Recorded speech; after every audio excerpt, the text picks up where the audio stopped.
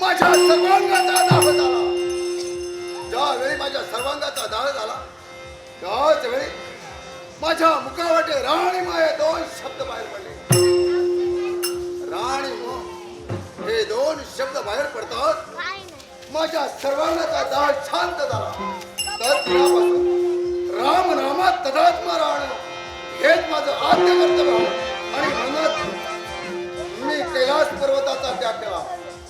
त्या अलकापुरीच्या या वृंदावनाच्या ठाई माझं आगमन झालं आणि म्हणूनच ज्यावेळी असंच करावं या वृंदावनात हा एकांतवास आहे.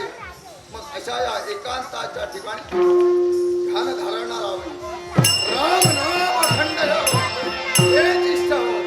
राम रामदास रामात्मा राम रामदास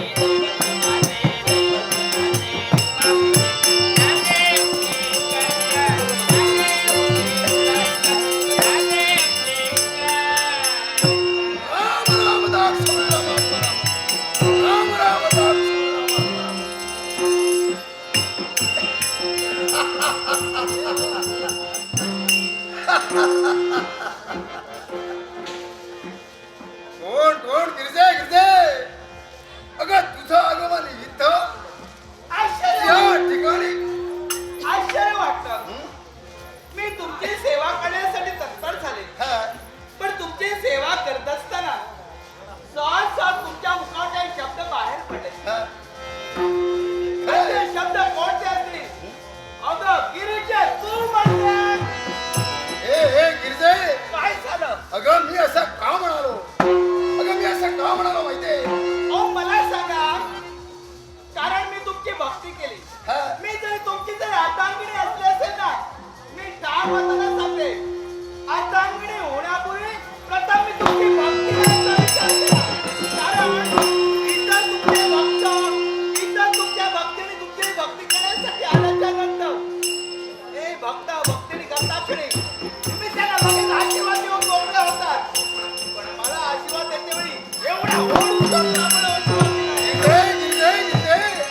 अगं तू विसरते आहे काय झालं? अगं या शिवाची अर्धांगिनी तू आहेस हा? शिव आणि शक्ती या शिवाची शक्ती तू आहे पण असं असलं तरी सुद्धा अगं मी या एकांतावासी आलो एकांत स्थळी आलो कैलास पर्वताचा त्याग केला आणि या अलकापुरीच्या नंदनवनाच्या ठिकाणी आलो पण केवळ कशासाठी असेल तर राम नामात मला तदात्मा व्हायचं होतं म्हणून पण असं असताना मी कैलासी नाही म्हणून तू माझ्या मागोमाग कैलास पर्वताचा त्याग करून इथपर्यंत आली म्हणून मला आश्चर्य वाटलं. तुम्ही माझ्यापासून किती चकवण्याचा प्रयत्न केला असेल ना, तर मला गिरीजा म्हणतात. तुम्ही जिथं तिथं मी येणार एवढं लक्षात ठेवा. पण एवढं जरी झालं असेल, तुमचा आशीर्वाद मिळाला, मन समाधानी झालं. हा, झालं ना मनाचं समाधान झालं. पण हे गिरजे अगं तुला म्हणतात कोण तुझी योग्यता कर तू आधी माया आदिशक्ती आहे असं असताना या विश्वाची जननी आहेस माता आहेस तू तद्वत मी या विश्वाचा पिता आहे विश्वाचा विश्वंभर म्हणून गणलो गेलो. मग गिरजे यावेळी या विश्व चराचरात ज्याप्रमाणे तुझ्या भक्तीने आहे त्याप्रमाणे माझे प्रत्येक भक्त आहेत. त्याच भक्त भक्तीला दर्शन देण्यासाठी आणि या स्थानावरून आशीर्वाद देण्यासाठी गिरजे तर म्हणतोय तत्पर होऊया